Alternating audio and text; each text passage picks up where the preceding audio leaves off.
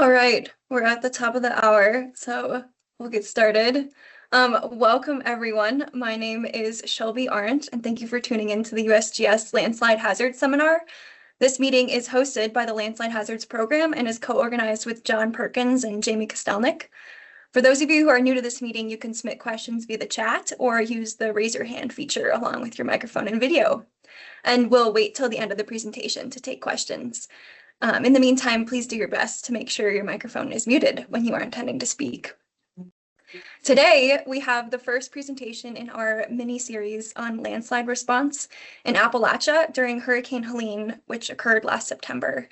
We'll hear from some folks at the USGS today, and the next two presentations we'll hear from some folks working locally at Appalachian Landslide Consultants. Today, it's my pleasure to introduce our two speakers, Lauren Schaefer and Ben Miras, who are both based with the USGS out of Golden, Colorado. Lauren Schaefer joined the USGS Landslide Hazards Program as a research civil engineer in 2020. She received her PhD from Michigan Technological University and primarily uses engineering geology and remote sensing to investigate rock slopes. And Lauren was one of the event leads for the USGS Hurricane Helene landslide response. First joined the USGS in Menlo Park, California as a student intern in 2005 while earning his PhD in earth science at Stanford. He stayed with the USGS as a postdoc for several years, served on the faculty at University of North Carolina in Chapel Hill, and then returned to the USGS in 2015 at the Geologic Hazard Science Center here in Golden, Colorado.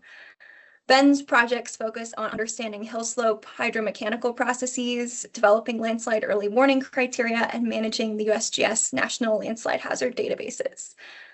So with that, I think Lauren's kicking us off. You both can take it away. Thank you, Shelby. Yes, I'm very happy to be here. I can tell that you can hear me because I can hear my voice echoing down our hallway, but I'm really happy to be here presenting with Ben. Thanks everyone for coming. So Hurricane Helene was a catastrophic event, and it was fueled by this kind of steep landslide prone topography and storm conditions that lasted for several days, even before the eye of the hurricane moved through the region, as that image on the left side of the screen nicely shows. So just a little bit of a layout. I'm going to talk about the event and our USGS response to the event, and then just a few initial observations before I hand it over to Ben, who will go more into the historic context, more details of landslide characteristics, and then some initial findings and ongoing analysis. And of course, we have invaluable contributions from everyone listed here, everybody that was involved with the response as well. So thank you to all of those, many of which are on the call right now.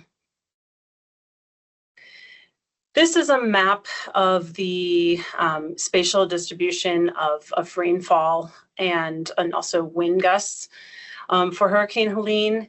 And what really was unique for this event, although not unique in this region's history, are these back-to-back storm events. And in fact, there were kind of three events that contributed to just ongoing rain for about 5 days. So there was a rain system, a separate storm system that began on the 23rd, and around the 25th, this PRE or predecessor rain event began. And this is when tropical moisture separates from the circulation associated with Hurricane Helene and interacts with the meteorological boundary to produce heavy rain prior to the arrival of the tropical cyclone. So that was happening, and then Helene actually moved through. You can see the kind of center storm path there on the map in blue. And so again, just this area really received consecutive rain for nearly 5 days. The highest recorded being was highlighted here, about 33 inches or almost 850 millimeters. And then also just these hurricane force wind gusts that caused a lot of damage as well. And all the rain gauges did ultimately end up losing power. So this is almost potentially an underestimate of the rain that was experienced in this region. So as you can see from the map, the western portion of North Carolina really saw the majority of rain and also landsliding activity, but really all of the surrounding states were impacted by landslides. Hey, So Lauren, sorry to Mhm. interrupt. I think our external viewers cannot view your screen share because they're outside the organization. Can I ask you to reshare as just your screen and not the presentation? Yeah. Yes. Thanks to the folks that alerted us.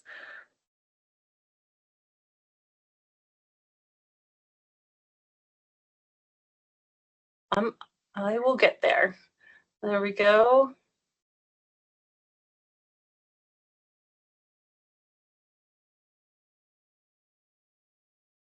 I just came in a second ago, and I'm external, and I could see it a second ago.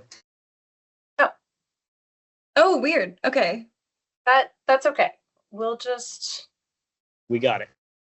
We'll just do this. Okay. So that should look okay for everybody. All right. I'm seeing some positive comments. Wonderful. So sorry about that. Take it away. That's okay. No problem. This the NOAA just came out with this tropical cyclone report very recently about Helene, and there's some interesting numbers quoted in there that I have, and I've kind of highlighted here. So obviously this storm resulted in flooding, storm surges, extreme winds. There were mountain tornadoes, and of course landslides, which is what we're here to talk about. There were nearly 250 fatalities across all of the US, over 100 of which were in North Carolina itself. It was their 7th costliest hurricane on record for the US. And obviously there was lots of rescues in North Carolina, tons of houses destroyed, lots and lots of damage to forests from those winds that caused trees to be knocked over. And just to give an example of kind of these long-lasting impacts, Asheville didn't have clean water restored for 53 days. I know people are still, there are still lots of ongoing issues from this event with rebuilding. You can see the map on the right. During the event, nearly all of western North Carolina was severed. All the roads were severed, communication was severed. And this resulted in this really kind of long response and of course recovery now because of the isolation of so many communities.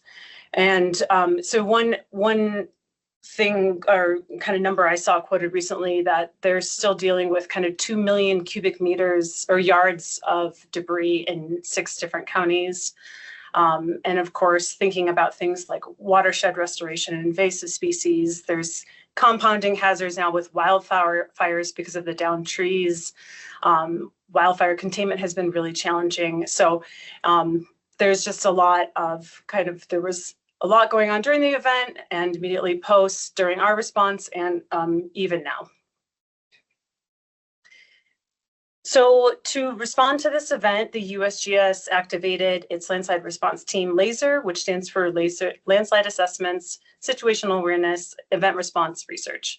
And this is a relatively new project managed by Kate Allstat, my colleague here in our office.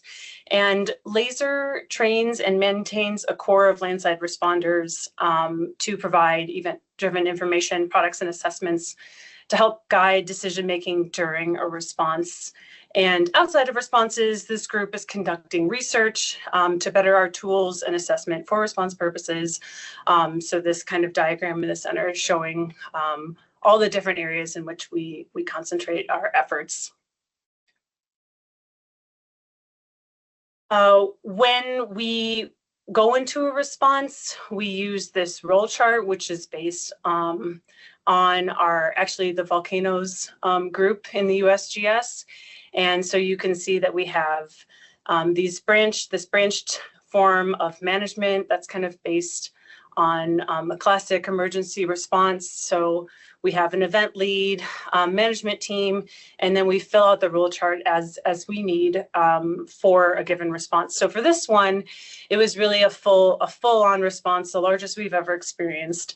We had 38 USGS personnel that were populated in this event tree, and we were working alongside 9 partner agencies. We had 31 people assisting in collaborative mapping and assessment, and this is all over a 4-week period. And our goals are listed there at the bottom. Our primary goal was to support our state and local partners by conducting rapid remote and field assessments, and then also providing hazard information both remotely and in the field.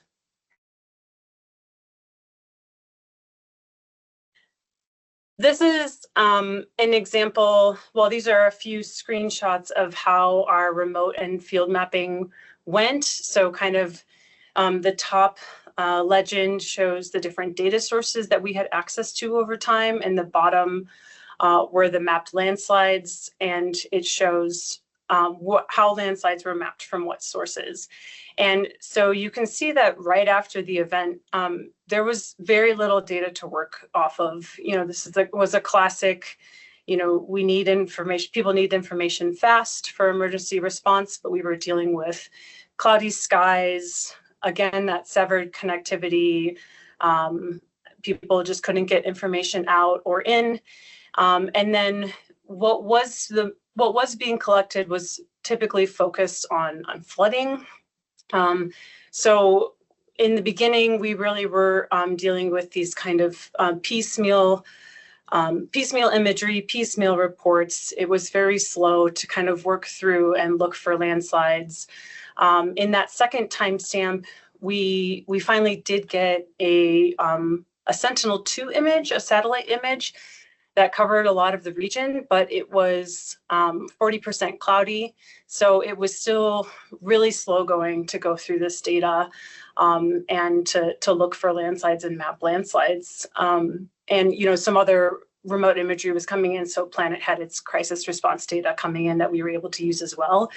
It really wasn't until the 12th, so about halfway through the month, that we were, and through the response, that we got kind of clear imagery and were able to really kind of clearly map and rapidly map landslides. So you can see how those numbers really rapidly tick up after that time.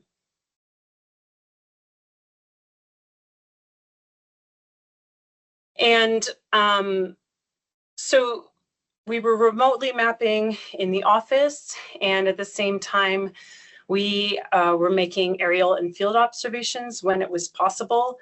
The first group of people, so this was Francis Rengers and Ben Miras from our office, they were able to get onto a fixed wing to do surveys from the 3rd through the 5th of October. And then later on, we had people stationed at emergency operations centers in North Carolina, and they were able to get on a few helicopter flights to do additional surveys and also get on the ground. So this is just kind of a quick overview of context of where those flight paths were and what we were able to see. It really wasn't until that fixed wing survey went out from the 3rd to the 5th of October that we were able to confirm really the extent of landsliding and how severe it was, because there just really was no imagery up to that point. And so throughout this response period, from both aerial surveys, remote mapping, field mapping by our partners, this is kind of what we saw and what we were able to find in the data and map in the data. So we were able to map over 2,000 landslides, 258 which had building impacts. And you can see that, you know, the picture on the left is showing how dense some of these landslides could be in some areas. And then obviously in the center in the right image, how destructive they could be, and also kind of how long the runouts could be, which caused devastation really throughout this whole region. We found that nearly 600 landslides had impacted roads. This is a picture that shows, landslides coming onto roads and undercutting roads, and then even kind of the river damage. So, it was landslides compounding flooding in river valleys as well that was creating all of this damage all over. And obviously many more on map. You can see that the scale of these landslides is relatively small. Sometimes it was difficult to map from aerial and satellite image, and Ben will show a couple examples of that.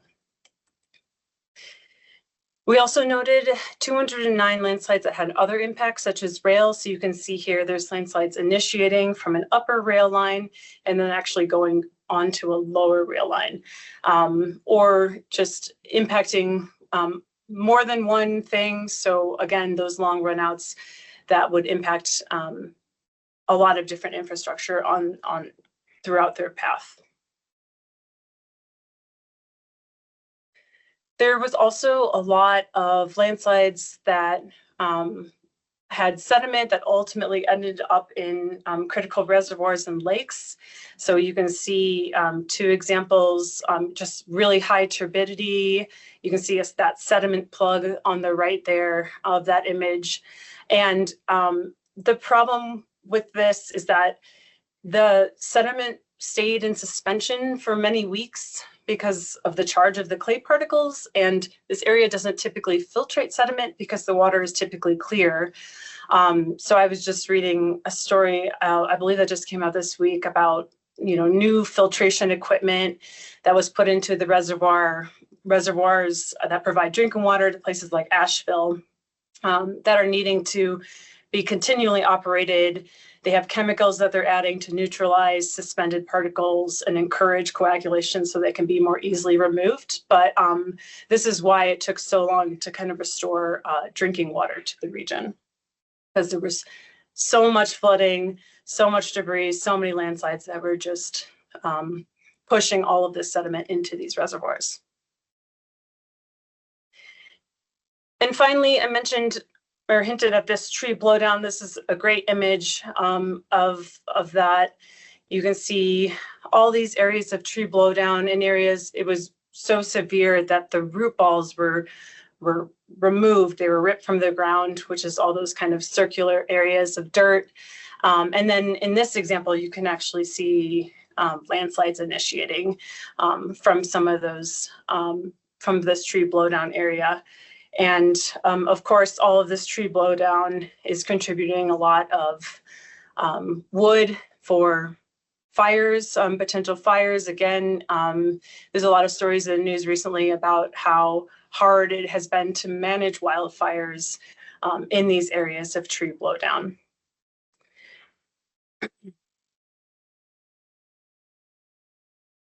Okay, so what was produced during this time by us and our partners?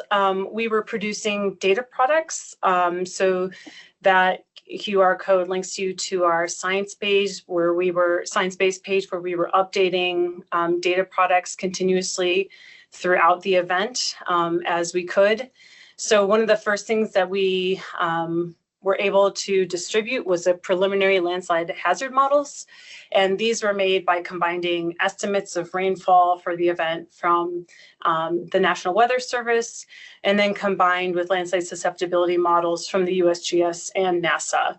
And so the area of interest that Ben and I are continuously show that we were mapping in, this was based on these models, because again, we had no clear imagery to tell us where to concentrate our efforts. We were really reliant on these models to tell us, where we should be mapping in the office, and also these helped guide those really early aerial reconnaissance flights.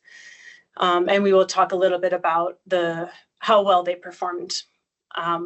In the center, we also were distributing the NDVI change map when we finally got the data from the satellites, and this just really helped to highlight those landslides and those areas of tree blowdown. And then we were also distributing our aerial photography as it came in. And we have ways that we can more rapidly disseminate this data, which is something that we're working towards as a group, is doing these kind of rapid release products. Some of the other things we were producing, again, with partners. So there was a large group of multiple people from multiple agencies contributing to mapping. And this GIS dashboard was arguably our most popular product or web page that we produced. It's an interactive map that you can zoom in. It shows where we mapped the landslide. It was updated in real time. And it showed the flagged landslides were landslides that impacted roads or rail or rivers. And then the white landslides were just other landslides that we noted that occurred. And this had an ARC server or an endpoint that anyone who wanted to pull this data into their own platforms or for their own purposes, so like emergency managers, could pull this data and have it refreshed and updated in real time. And then we had our event page, which we put together, again, really rapidly. This was up within the first couple of days. And this collated everything that we were doing, who we were working with, what we were working on. It had safety information and linked to things like the dashboard and our other products. And then this photo viewer these are all still up. The photo viewer, again, is an interactive page that people could zoom in and see those photos that were taken in those fixed wing and helicopter surveys.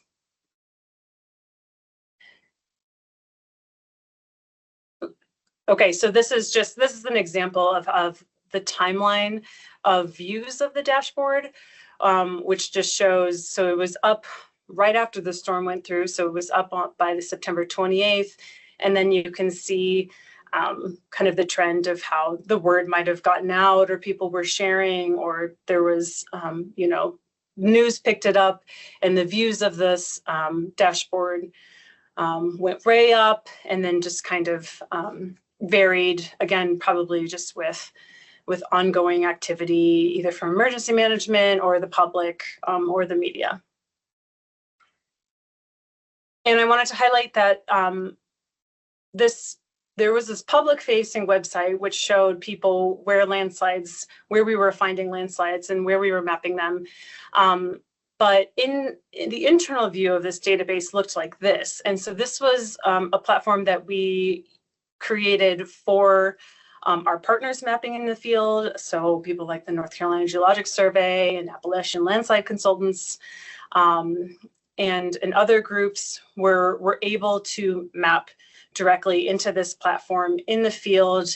There was a lot more information that people could put into this side of the website for their own tracking purposes, and only a certain portion of that would go into our public-facing website. So this was a way that we could, everyone who was working on mapping, who we were working with, could have kind of this one platform that we were all mapping to and could update in real time. And then just to highlight some other internal products that we were working on, these are our efforts and our partner efforts made it into the White House fact sheet, which just acknowledged the work that we were doing. We had, again, a FEMA mission assignment and people in the field working, and they were able to create this field report that basically just highlighted resources, safety considerations for emergency managers.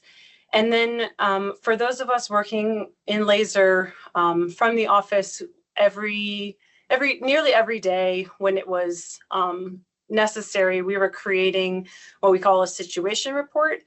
And this is when a mapper would discover a landslide of major concerns. So something that looked like it might have been isolating communities, or it impacted multiple homes or something like this. We would highlight that landslide, we would give some details about it, and we would send this to this kind of ever-growing list of emergency management personnel. And finally, we were working on education and outreach throughout this time as well. These are example of some either 1 or 2 pagers of safety guidance, or what we were working on, or landslide safety that could be physically handed out in the field or given to emergency personnel, so they knew what to anticipate when they were working in the field, or they could communicate that to the public who they interacted with. And so now when we look at all of the data we collected, this map is showing in white, our white circles are all of the landslides that we mapped, and then the weather stations are color coded as gray, yellow, orange, red, increasing in rainfall intensity. You can see that most landsliding occurred near gauges with 24-hour intensities that were greater than 12 millimeters an hour.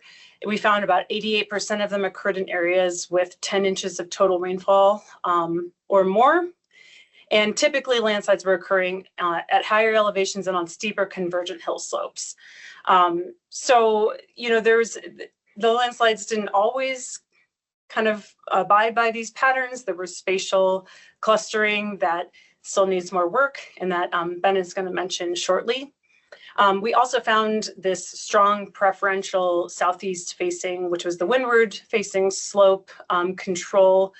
And this was, an orographic effect of the storm hitting this Blue Ridge escarpment and the wind hitting that site as well. So both landsliding and tree blowdown were more prevalent on these southeast slopes. So ongoing efforts, we're working on advancing our fundamental process understanding of these types of storm events. Also, from the laser side, we're continuing to train and prepare to be able to better respond to these events. We're continuing to work on rapidly analyzing and disseminating data. We recognize the need for a near real-time storm-triggered landslide product, such as one that is produced for earthquake-triggered landslides. And also, we have a cohort of social scientists that are working on user experience of our products, so we can better understand how people are using them, how we can modify them so that they are useful and used. So that's really cool research that's being done from our group. So I will turn it over to Ben now. And this to talk about, these are some of kind of the ongoing questions that we are continuing to think about.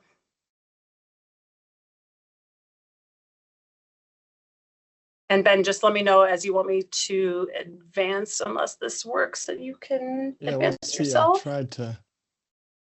Hey, it looks like I have control. Wonderful. Okay. We'll see. Hey, thanks, Lauren.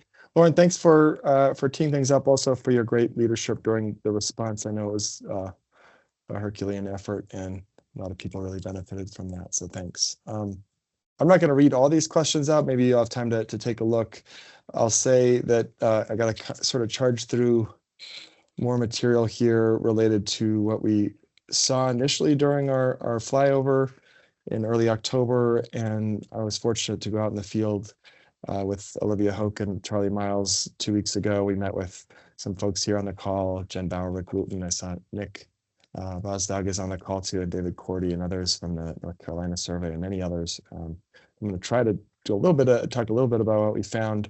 But really, there's probably a lifetime of research that could be done on this event, and certainly there'll be more than just these questions to look into. See if I actually have control. I do. Okay. So first of all, the question of how does this stack up to previous events? Certainly there are a number of significant landslide events in Southern Appalachian history. Notable ones here, back-to-back storms in 1916, and then in 2004, Hurricane Ivan, Francis and Ivan, both of them triggering hundreds, if not thousands, of landslides and fatalities, destruction, etc. And you'll see these two maps show nicely the topographic feature of the Blue Ridge Escarpment, as well as the geologic feature of the Blue Ridge Escarpment. And both of those are super relevant in terms of where a lot of the landslides were triggered here. In terms of sort of more quantitatively looking at previous events, these are some of the notable landslide events. This is sort of built off of Rick Wooten's 2015 paper, and we just added Helene in there and some updated numbers. You can see going back to the early 1900s, there are a number, in particular 1916, 1940, and 2004, these previous events with thousands of landslides. This has happened in southern Appalachia before, and we sort of looking at the rainfall amounts for Helene, you can see that it is even more, and more rainfall. And what's notable too is the spatial extent, which isn't really in this figure. One thing I should mention first here is that we have shown the sort of 3 thresholds used currently by the Weather Service for issuing landslide related warnings, 3, 10, and 3, 5, and 10 inches in 24 hours, or 75, 125, and 250 millimeters in a day. So this is the time series that Lauren referred to some of this antecedent rain. So it already rained quite a lot just to sort of prime the soils before Helene came. I'm not going to get too much into detail here. Francis Renger's put this really nice figure together with over 300, nearly 400 rain gauges. But what it nicely shows is it was raining, then came this predecessor event here, and then Helene. And so these 2 sort of upticks in cumulative precipitation are likely associated with most of the debris flows and landslides as a whopping amount of rainfall. And when we looked in relation to some previous events, this is from Wazorek et al. For Southern Virginia, it's certainly more rainfall, but has similar sort of rapid rises in cumulative rainfall that are associated with those debris flows. And we're still working on sort of piecing together the timing of exactly when some of these landslides and debris flows occurred. There are reports as early as September 25th of landsliding. So certainly it wasn't just Helene, it was some of that rainfall before. Here, this shows sort of the spatial extent from the Greenville-Spartanburg weather forecast, weather report. You can see that huge amounts of rain dumped right through Buncombe, Henderson, Yancey County, and on up into even up into Virginia. Isn't shown on here. And this is the Wazorek et al.'s rainfall intensity duration threshold. No matter how you look at it, as far as the 1 hour or 24-hour intensities from the Busick gauge, they're exceeding that threshold, albeit just barely. So it does sort of fit well into the context of previous landslide events. Lauren talked about this hazard assessment, this preliminary hazard assessment we put together. This is really just the susceptibility map modeled, multiplied by the National Weather Service rainfall information. The other thing that we use to help inform our initial reconnaissance efforts is actually where are the people. And so I've shown here on the right, essentially the same thing. Instead of the susceptibility multiplied by rainfall, it's intersection with population. You can see Asheville is right here in the crosshairs as population centers in landslide susceptible terrain. But I'm showing this much larger area to just illustrate how many other urban areas around the region are potentially susceptible. So how did that actual product do? Lauren alluded to this, but overall, this shows a really nice correspondence, particularly in this north-south trending band of the highest landslide density. It's shown here on the right from our preliminary inventory. But we did also see this area here south and west of Asheville along the South Carolina border that didn't have as many reported landslides, at least thus far. And I'll argue that there's maybe some things going on there, but also maybe some more mapping that needs to be done. And so this is an open question of what all went well here and what do we still need to work on. In terms of that initial aerial reconnaissance, it was pretty clear. Francis and I started the flight and we started in Knoxville and didn't see very many landslides, obviously, but then as we transitioned into some of the steeper terrain and higher rainfall accumulations, we started seeing a lot of landslides on shallow landslides on steeper slopes, really numerous ones along roads and channels. Here, this is Bat Cave. Lauren already showed that photo. Some of them were highly destructive, and for example, this slide here in Swannanoa claimed 2 lives and destroyed several homes. And you can see that there are more landslides throughout the landscape back here and even up here. The vegetation certainly obscured some of the, what I'll use in quotation marks, smaller landslides that impeded, I think, some of the initial mapping, and still is impeding some of the mapping. This is in Polk County, much denser vegetation, and you can see that, yeah, maybe there's a debris flow coming here, and it wasn't for this farmer's field, we wouldn't know that a debris flow came out of the woods there. Similarly, here in Swannanoa, there's a small landslide scar here, but really spreads out and makes itself known here between these 2 houses. There were probably dozens of landslides here in Black Mountain above the YMCA. There was really only one that we could see from the airplane, and only a handful of them were mapped with aerial imagery, just because of this dense tree cover. And most of the aerial imagery is long reported before leaf-off season, and so we didn't really have that great view through to the ground. Certainly vegetation, roads, and other disturbances may have played a role in some of those landslides. You can see the tree blowdown and some debris flows here. There's some power lines with landslides exposed. The Blue Ridge Parkway is still closed in many sections due to landslides, a lot on these kind of road cut failures. And again, the vegetation sort of reveals landslides that we might otherwise not have seen. These are pretty shallow features that weren't super destructive. But that may be relevant for some of the landslides, but there's certainly a lot that were pretty clearly controlled by bedrock geology and other features. Here we see many really massive shallow landslide scars excavating all the way down to weathered bedrock with dip surfaces exposed. Nice house perched up here a little further back. But certainly these are pretty phenomenal things to see from the air and also in the field. And all that material went somewhere, and I'll show you that in a second. But this, again, isn't really unexpected. This happened in Macon County in 2004 following Hurricane Francis. This is a picture from Wooten et al. In landslides, and it looks very similar. Many of these landslides transitioned into debris flows. They made it into channels and went great distances, many, many miles. This is Mount Mitchell, the highest point, North Carolina here, and you can see a very long runout debris flow. I wasn't able to capture the bottom half of it. Others here, and this is Fairview, which I'm going to circle back to, coalescing debris flow channels that were very, very mobile. This is Buck Creek on the right that I'm going to get back to as well. You can really see just phenomenal amount of sediment moving down these channels due to debris flows and debris floods. Again, this is nothing new. This is from Peaks Creek in 2004. It came Ivan, so these things happen here and are known to be a major hazard. And in particular, for this storm, these landslides really augmented the destructive flooding. This is a photo looking up.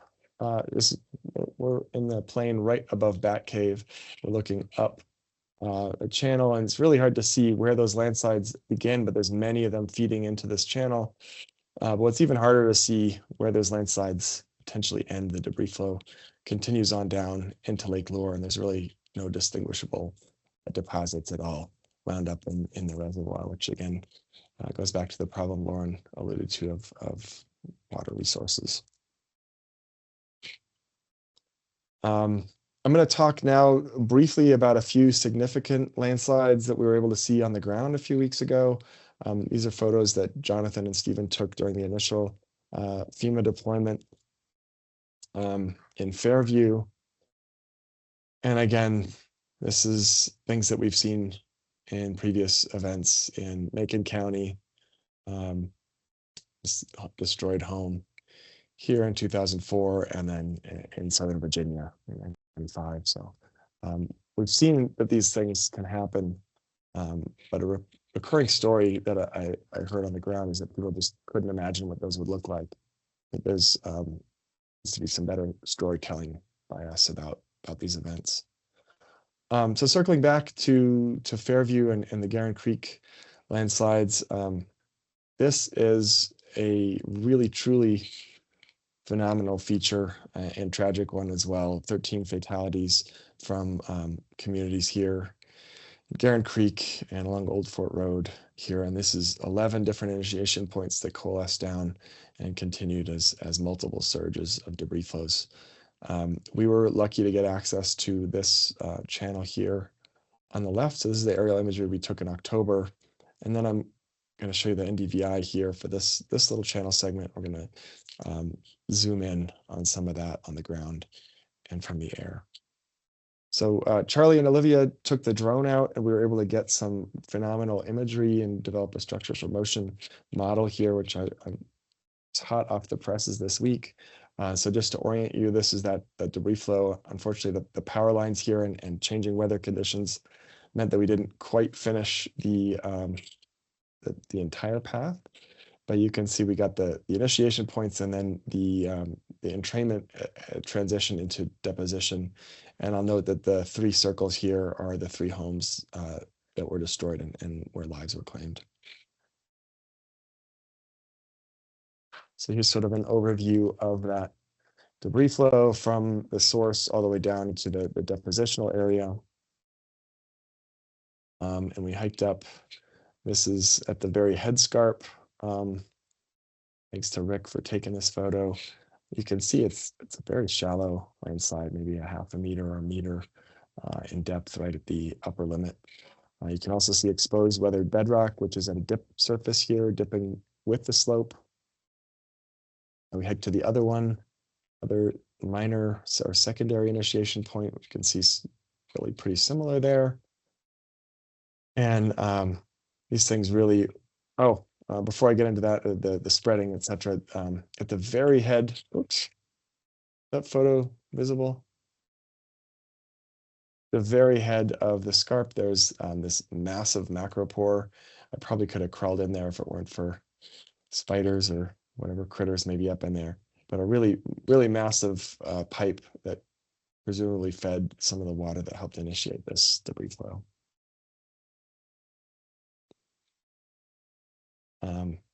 Just a few meters down from the headscarp, we saw areas with the soil still intact. You can see there's still roots in the soil here, but they were covered with mud and rocks.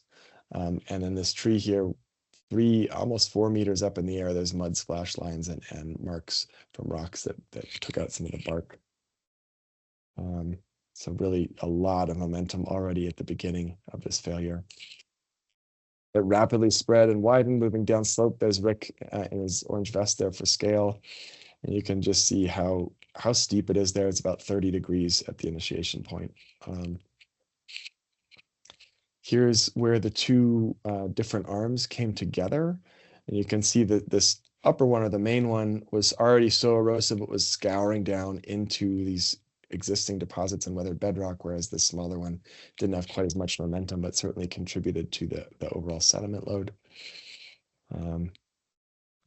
Further down, there's sort of a flattened area where there's some deposition, but still pretty amazing transport through this area. You can see the tree marked probably about 4 meters up with mud and scour.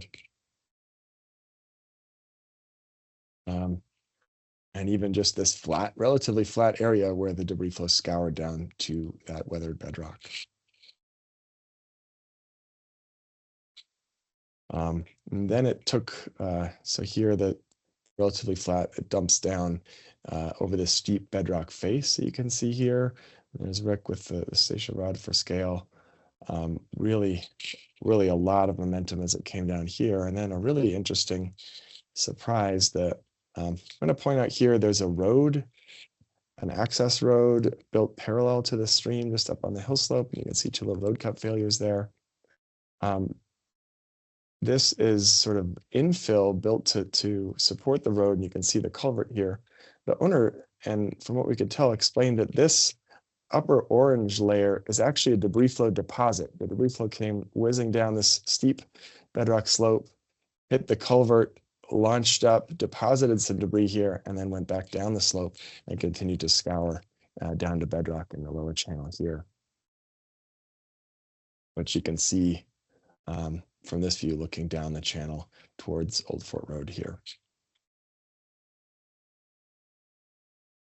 And now this is a view in the sort of runout depositional or somewhat depositional area in that flattens out and the debris flow spread out. There's where the 3 houses were removed. And yes, this is in fact a new home being moved in somewhat further down the road.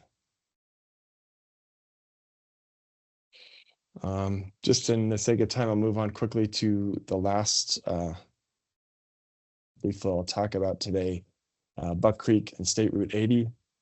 Up here you can see the Blue Ridge Parkway and a nice landslide starting right below. We're going to get into this one here. Underneath this other very massive landslide is State Route 80. It takes 3 different switchbacks through here before moving on down the road. And this is that initiation point right here, right on State Route 80. That corresponds to right here. This is a view from the now cleared State Route 80 looking up. The road is still closed due to major undermining, and they're working on reestablishing that angle of repose here with riprap. So we didn't fly this one, but you can just imagine how much sediment was deposited on this road as part of that landslide before they were able to clear it off. And all of this, or a lot of this, continued on down Buck Creek and also leading to some fatalities further downstream, unfortunately. So here's the second 3D model that we developed with the drone. This little orange dot here is our landing pad, which you can see is on the sort of unevacuated plug of previous debris flow deposits. The landslide started just below what looks like the road fill material for the Blue Ridge Parkway up here, excavated down to bedrock, moved rapidly down here, and there's a cliff band here, which you can sort of see in this photo here. It seems the landslide slammed into that, took a turn this way, and then continued on down the channel. And so here's Charlie flying the drone, looking up that excavated material to the headscarp up here. Some of the material is not evacuated, and you can see a picture of it here. You can really see the dip slope of the underlying bedrock is quite consistent with that slope of the hill slope where it failed. And this is that bedrock cliff sticking out here. The debris flow turned, slammed into this older debris flow deposit right here, and then continued down and eroded out.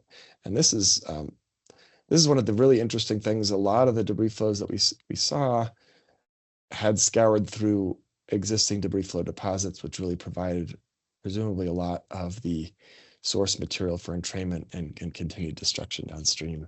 And just to give you a sense of how big this is that wall of deposit here. This is Olivia standing up top, and she's looking at mud splatter well above her head on the tree from when this debris flow came around the corner.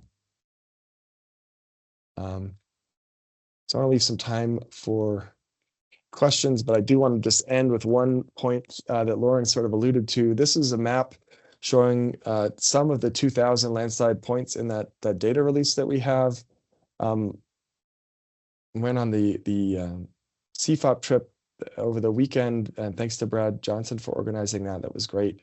And he facilitated access to this the YMCA property here, and we were able to hike up and see a number of other landslide scars. We hyped up this channel, and basically every single sub-channel flowing in there was a debris flow. We were able to see 3 different headscarps leading into that. This is Corey Shipe and Olivia here for scale. They're not very small, certainly pretty deep, but they were very hard to see through the trees with the aerial imagery that we had.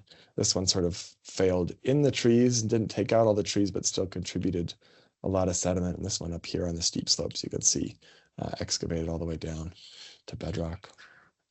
So I guess the point is and David Cordy had said this to me early on. He said, for every landslide that was mapped, there's probably 3 more hiding up in the woods, and I think that may be the case, if not more. The last thing we did do while we were out in the field was get a number of our landslide monitoring stations up and running. We've now got 7 functional monitoring stations back up in Western North Carolina. 5 of them are telemetered, and we do have a few that are in need of further repair. And what these do is provide us in real time rainfall, groundwater pressure, soil water content. And so we can look, as of an hour ago, landslides, this is yesterday, sorry, the hill slope hydrologic response in terms of volumetric water content. So that's a useful tool for better understanding hill slope response, the hydrology, and providing situational awareness. So I think I sort of addressed a lot of these questions. Helene does compare to some of the existing historical events, but only a few of them, and is arguably as big or bigger. Some of the big important things to understand for landslide mobility and entrainment are some of these previous debris flow deposits. Landslides, there are lots of things that control landslide initiation: bedrock geology, soils, vegetation, road aspect, maybe aspect, although I think maybe there's more that needs to be mapped in the north-facing slopes, but in particular, rainfall. And overall, we do think that that 24-hour threshold of 3, 5, and 10 inches does seem to have been broadly useful, but I think is in need of more testing. There's a lot more to learn about the subsurface hydrological processes, pipe flow, etc. Overall, our initial assessment did pretty well. There is always room for improvement, but our initial hazard assessment did seem to be a really useful tool for recon, and we want to refine and improve that. It is, I think, still a really open question of whether there's likely to be more landsliding in the area, and for how long and under what conditions, and that depends on a lot of things related to this tree blowdown issue, forest recovery, hill slope infilling, and remobilization of deposits. And then just circling back, I think there's a lot of room to build trust in science in the alerts that were issued, in building connections with communities and amplifying the message about what these landslides are capable of. So with that, I'll sort of end with a nice series of images from Hickory Nut Gorge here. Rick shared this photo with me. It's from the 1916 storms, and also a quote from their 2008 paper following Hurricane Francis and Ivan. Although, you know, maybe an individual hill slope or catchment may only fail every 1,000 years, because not every hill slope fails during these really big events like Helene, it is more like on the order of years to decades that individual watersheds experience landslides in southern Appalachia. And so I think there's more landsliding to come in the decades ahead. So thanks. And hopefully there's some good questions and an active chat that I have not been monitoring. Thanks, Lauren, for the start, and for the response efforts.